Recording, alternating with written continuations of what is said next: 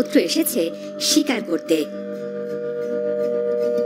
বনে একটা হরিণেরও দেখা পেলাম না, বড় মুখ করে শিকারে এলাম। রাজ্যে ফিরে বাবাকে কি বলবো? সবাই তো হাসবে যে শিকারে এসে খালি হাতে ফিরে গেছি। কন্যার মনে দুঃখ ভারী, গোজাবে এমন রাজার ছেলে কোথায় পেতে পারে? কন্যা যেন পড়ি, আহা কন্যা যেন পড়ি। এমন গহীন বনে কে এত মিষ্টি সুরে গান গাইছে? যাই একটু দেখি তো। রাজপুত্র ঘুরতে ঘুরতে পাখিকে খুঁজে পেল। কন্যার মনে দুঃখ ভারী, গোজাবে এমন রাজার ছেলে কোথায় পেতে পারে? কন্যা যেন পড়ি, আহা কন্যা যেন পড়ি। তার মানে বনের মধ্যে তুমি গান গাইছো? তুমি তো বেশ মিষ্টি পাখি। তুমিও বড্ড ভালো রাজকুমার, তোমাকে তো এ বনে আগে দেখিনি। আমি অনেক দূরের রাজ্য থেকে এসেছি। তুমি কি বনের সবাইকে চেনো? সবাইকে না, তবে যারা শিকার করতে আসে তাদের চিনে রাখি। আমার বন্ধু বলে শিকারীদের মনে কোনো দয়া মায়া নেই, তাই তো ওরা অন্যের প্রাণ নিতে পারে। বাহ, তোমার বন্ধু তো খুব ভালো কথা বলে। কোথায় কোথায় থাকে তোমার বন্ধু? যদি তুমি তাকে দেখতে চাও তাহলে বনের পূর্ব দিকের নদী পেরিয়ে এগিয়ে যাও, তার দেখা পাবে। তুমি কি আমার সাথে যাবে? তুমি কি আমাকে বন্দি করতে চাও? তোমার মতো মিষ্টি পাখিকে কি করে বনে রেখে দেই? আমি তোমার গানে মুগ্ধ। আমি তোমার আরো অনেক গান শুনতে চাই। আচ্ছা, তোমার ওই কন্যার কি হলো? কোনো রাজপুত্রের দেখা কি মিললো সেই কন্যার? বিধিলিপিতে থাকলেই মিলবে, কেউ তাকে আটকাতে পারবে না। তখন পাখি উড়ে গেল। রাজপুত্র তাকে ডাকলো, কিন্তু পাখি তার ডাকে আর সাড়া দিল না। তখন সেখানে এলো রাজপুত্রের বন্ধু। তুমি এখনো এখানে? সন্ধ্যা নামতে চললো, আমাদের তো ফিরতে হবে। জানো না, রাতে বনে দস্যুরা আসে। ওরা যদি আমাদের প্রাণ নিয়ে চলে যায় তাহলে রাজ্যে ফিরবো কেমন করে? আমি এখন রাজ্যে ফিরবো না। ফিরবে না মানে? তুমি কি বনবাসী হলে নাকি? বনবাসী নই, মনোবাসী হতে চাই। মানে কি রাজপুত্র? তোমাকে তো আগে কখনো এমন কথা বলতে শুনিনি। ওই পাখিটাকে দেখেছো? জানো পাখিটা আমাকে কি বলে গেল? পাখি? আমি তো কোনো পাখি দেখিনি। আর পাখি কি বলবে? পাখি কি কথা বলতে পারে? পাখি আমাকে একটা মায়াবী কন্যার সন্ধান দিয়ে গেছেন, আমি তার কাছে যেতে চাই।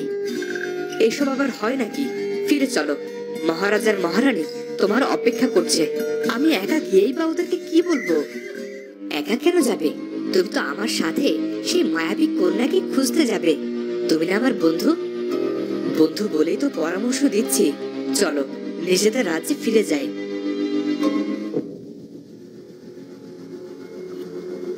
ওদিকে রাজপুত্রকে হত্যা করে রাজ্যের মন্ত্রী চায় রাজা হতে, তাই সে মস্ত এক পরিকল্পনা করেছে। আমি প্রস্তুত। এখনই বনে গিয়ে রাজকুমারকে হত্যা করব। রাজকুমারের শোকে রাজা পাথর হয়ে যাবে আর রাজ্য হবে আমার। আমার এত দিনের আশা আমি কিছুতে ভেঙে যেতে দেব না। আজই হবে রাজপুত্রের শেষ দিন।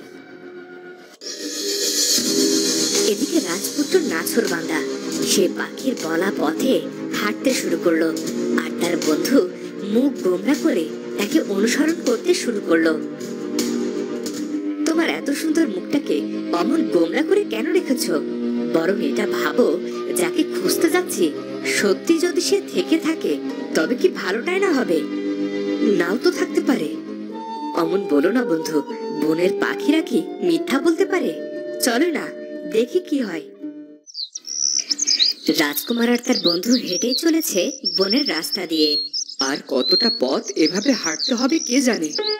বন তো নয়, যেন অন্ধকারের রাজ্য। তারপর কোথায় যাচ্ছি তারও কোনো ঠিকানা নেই। আচ্ছা রাজপুত্র, সত্যি যদি এমন কেউ থাকে তুমি কি করবে? তাকে নিয়ে আমি সোজা রাজদরবারে চলে যাব, আর মহারাজের সামনে গিয়ে বলবো, অনেক খুঁজে তুলে এনেছি একটা নীল পদ্ম। আমি এই পদ্মকে আমার কাছে রাখতে চাই মহারাজ। কিন্তু জাতকুলহীন কাউকে কি রাজবধূ রূপে মহারাজ মেনে নেবেন? ভালোবাসার জন্য মানুষ কত কি করে। মায়াবী কন্যাকে পেলে আমি না হয় রাজত্ব ছেড়ে দেব।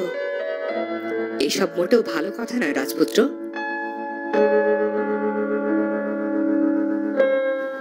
মন্ত্রী অনেক খুঁজে বের করলো রাজপুত্র এবং তার বন্ধুকে। মন্ত্রী আড়াল থেকে একটা ধোঁয়া ছড়িয়ে দিল। রাজপুত্রের বন্ধু রাজপুত্রের পেছনে ছিল, আর ধোঁয়াতে সে অজ্ঞান হয়ে গেল। অন্ধকার হওয়ায় রাজপুত্রের সেসব চোখেই পড়ল না। সে এগিয়ে চলল। একবার যখন সুযোগ পেয়েছি সেটা আর কিছুতেই হাতছাড়া করব না। এই বিষ মাখানো তীর একবার রাজপুত্রের শরীরে প্রবেশ করলেই ব্যাস।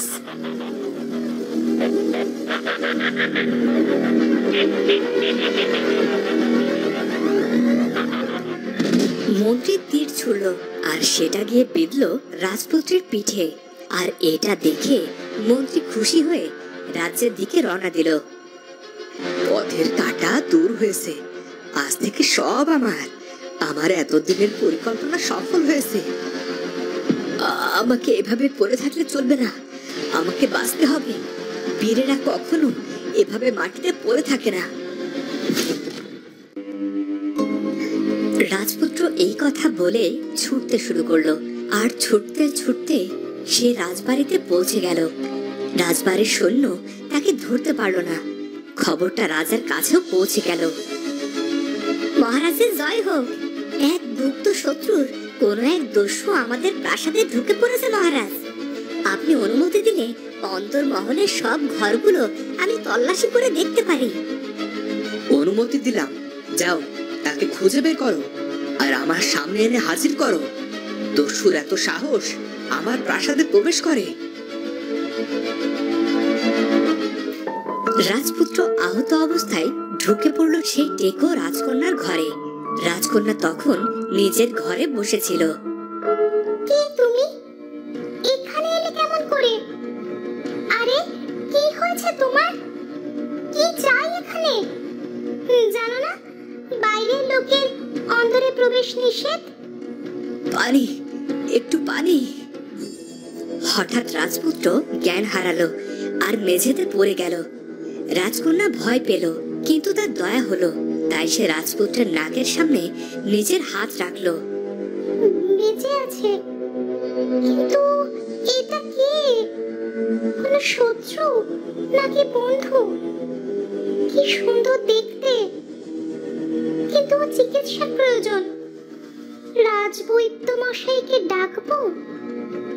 না না, তাহলে সবাই জেনে যাবে আমার কক্ষে পরপুরুষের পা পড়েছে, আমার বদনাম হয়ে যাবে। এমন সময় সৈন্য রাজকন্যা পরিণীতার ঘরে কড়া নাড়ল। রাজকন্যা, রাজকন্যা! আপনি এখানে এই সময়? প্রাসাদে একজন দস্যু এসেছে, সে আহত। আপনি কি তাকে দেখেছেন? আমরা আপনার ঘর তল্লাশি নিতে এসেছি। মাননীয় সৈন্য, আপনার কি মনে হয় কোনো দস্যু এলে রাজকন্যা তাকে লুকিয়ে রাখবে? আর আমার কক্ষে কোনো বাইরের কেউ এসে তল্লাশি নিলে আমি অপমান বোধ করব। আপনি এখন আসতে পারেন। সাবধানে থাকবেন রাজকন্যা। সৈন্য চলে যেতেই পরিণীতা তার কক্ষের দরজা বন্ধ করে দেয় আর রাজপুত্রের ক্ষত ওষুধ লাগিয়ে দেয়। আশা করি দ্রুত সেরে যাবে, কিন্তু শুনেছি আহত বাঘ অনেক বেশি হিংস্র হয়। আমি বরং ওকে বেঁধে রাখি। কিন্তু ও যদি দস্যু হয় তাহলে আমি কি করব? সে যাই হোক, সবার আগে সে তো মানুষ। এদিকে রাজপুত্রের বন্ধুর জ্ঞান ফিরে আসে। আশেপাশে কোথাও বন্ধুকে না পেয়ে বড্ড ঘাবড়ে যায় সে। কোন সৈন্য সাথে না এনে আমাদের বড্ড ভুল হয়েছে। এখন আমি কি করব? কোথায় যাব? কোথায় গেলে পাবো রাজপুত্রের দেখা? সে কি ঠিক আছে? আমি বরং প্রাসাদে গিয়ে দেখি, মহারাজকে খবর পাঠাই। খোদা করুন কোনো বিপদ যেন না হয়।